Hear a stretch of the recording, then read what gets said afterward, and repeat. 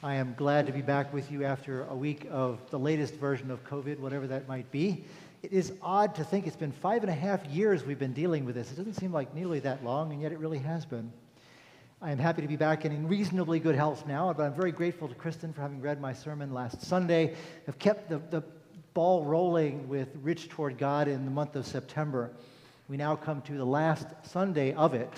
And I'm tempted to say, okay, we're done with that, we can move on to something else. But I feel like I have to begin by at least reminding you that Rich Toward God is not something that we do for 4 weeks a year and then put it away.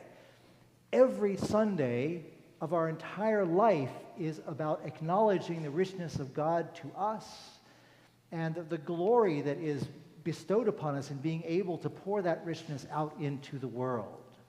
So although we have talked about it for 4 weeks, it is really our work as faithful people for our entire lives, indeed for the entire life of the church, to proclaim to the world God's grace, the riches of God's mercy and blessing that continue to be poured out onto us and onto everyone. So please take that away. Take nothing else away from this month.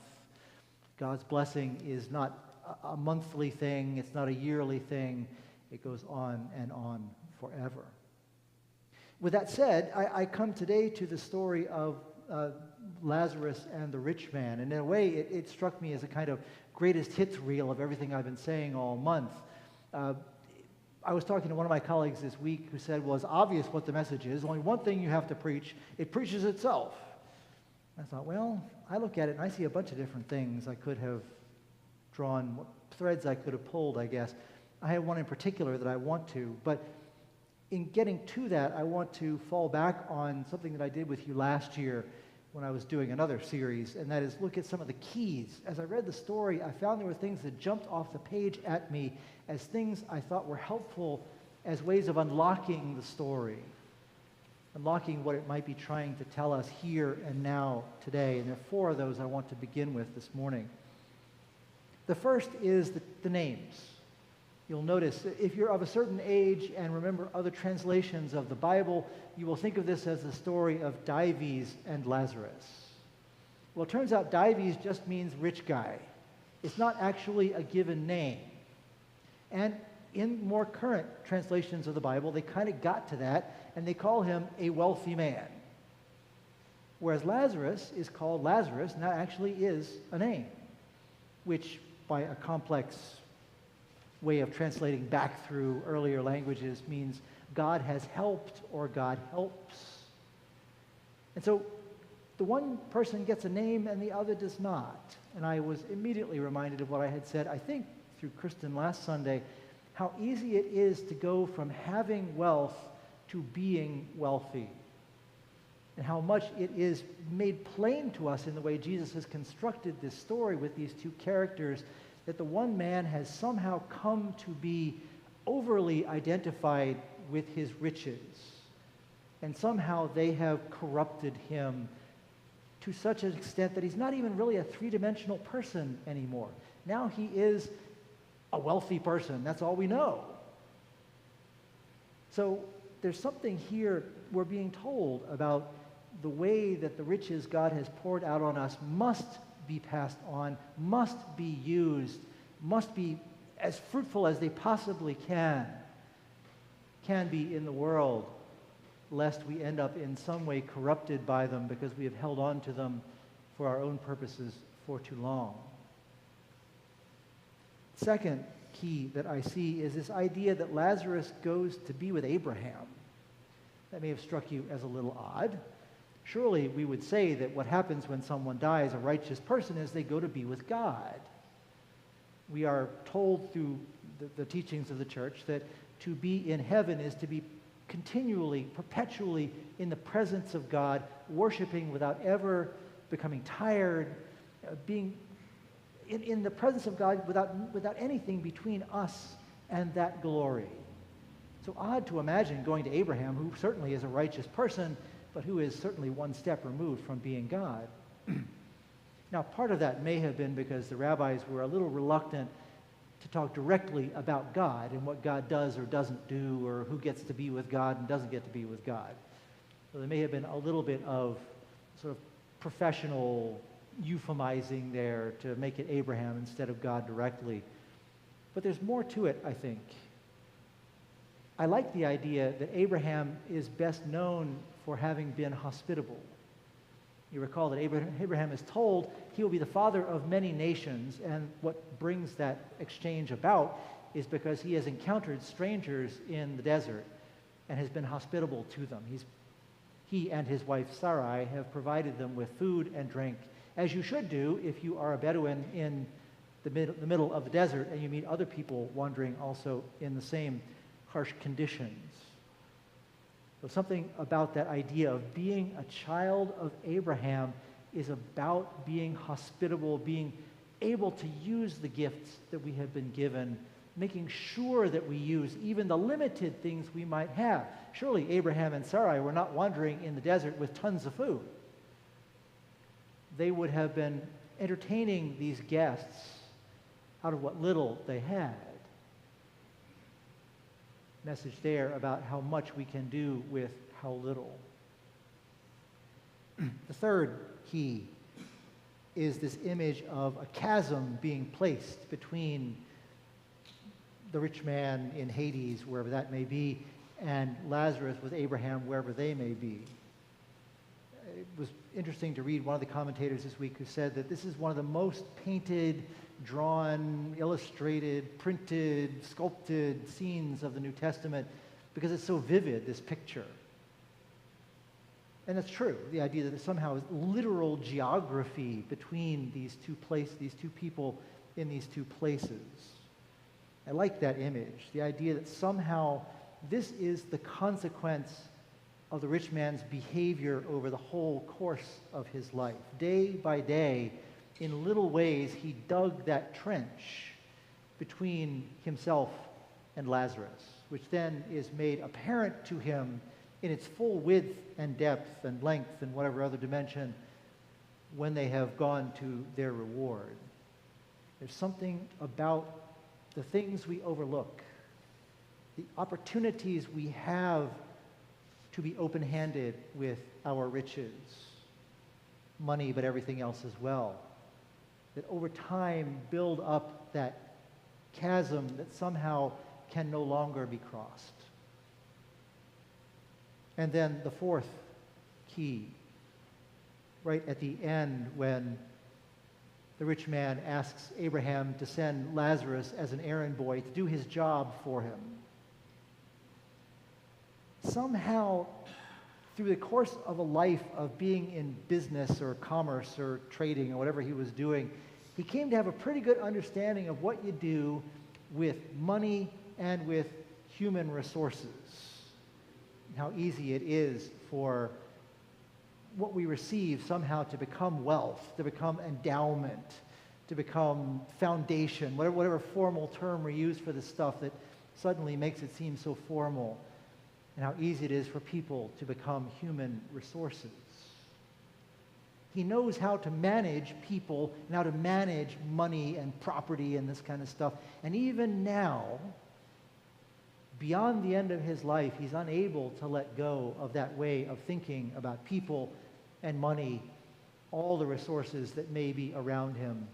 He's supposed to manage them. He has to manage them. A warning to us about what happens when we come to be wealthy in any respect and feel like that wealth has somehow become a burden that we have to manage.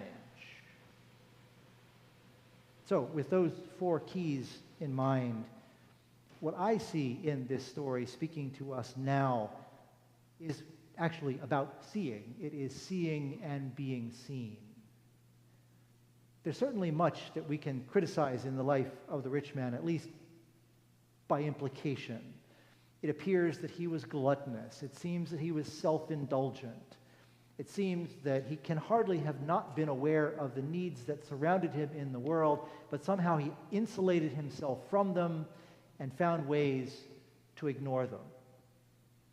He must surely have stepped over Lazarus, more or less literally, to get in and out of his gate more than once, probably many, many, many times.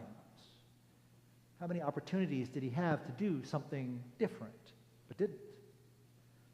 It might seem like that's just a nice ancient story, but this was driven home to me on Friday night when one of my colleagues was talking.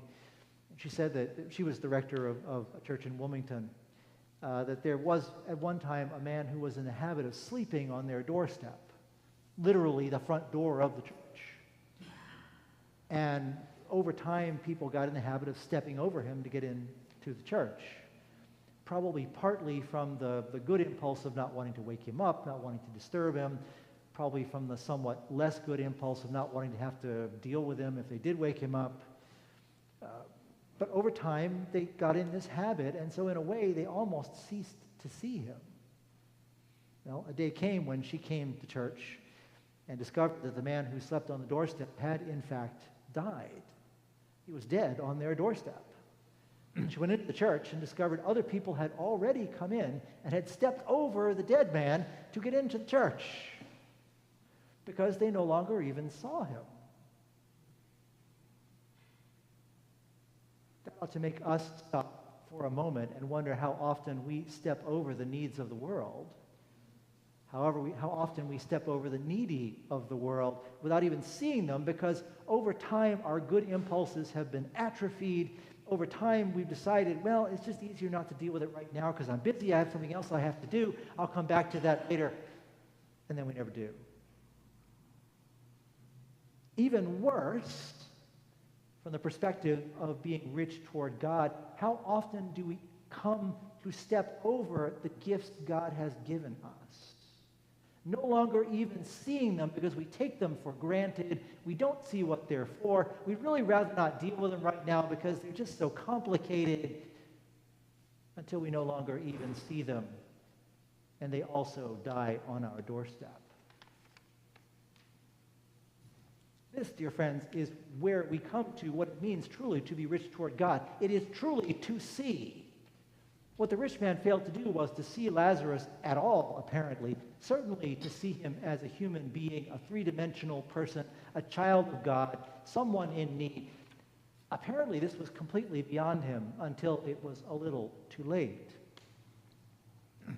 Surely you and I must avoid that, both in the literal sense of being in the world and seeing the needs, but also day by day as we take stock of what the gifts are that we have been given, to be certain that we actually truly see them and evaluate and valuate them correctly. I got to this point at 8 o'clock and went off script. Now I'm not actually entirely going off script. We'll see if I can do better with you than I did with the 8 o'clock people. I realized as I was off on this tangent and this tear I'm giving you this morning that I was doing exactly what it was I just said you shouldn't do. I was stepping over Lazarus to get to the rich guy. All I was doing was talking about the rich guy. I had once again ignored Lazarus in my reading of the story. I think it's important to come back to Lazarus and recognize that he is in fact a three-dimensional person. We know very little about him in the way Jesus tells the story, other than his problems and his pain and all that piece of it. But surely he also was a child of God. Surely he also had been blessed by God in some way, however small it may have been, however rarely he may have had the opportunity to exercise the gift that he had been given. We shouldn't ignore it. Certainly that is a message to you and to me, that somehow wealth is not to be valued as the world values it. No amount is too small to be poured out for the purposes of the kingdom of God. However little we may think we have, how much better off we may think we are than a man lying at someone's gate unable to move, we have been so enriched by God that we cannot fail to be rich toward God in return, and indeed rich toward all of God's creation in return. And that brings us then to the end of the story. As the scene fades, we have this slightly heavy-handed prediction on the part of Jesus about his own fate, death, and resurrection. Surely his original listeners would have known the original readers of the gospel, hearers of the gospel, would have known what the writer of the gospel was intending when he said this, or he or she wrote it into the story this way.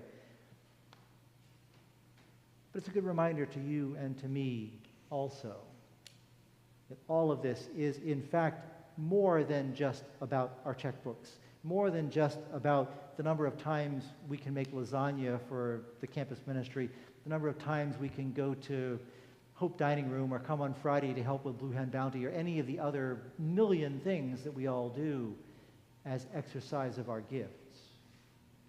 Really is, richness toward God really is a soul thing.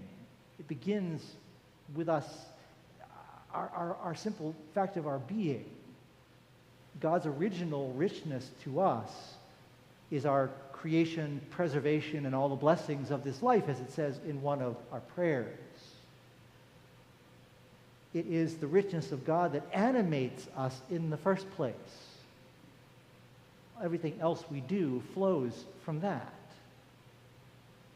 So, dear friends, although I may stop talking about it today, we continue to be rich toward God after this, with our checkbooks, with our gifts, with our lives, with our talents, with our energy, with our emotion, with everything that we bring to our lives.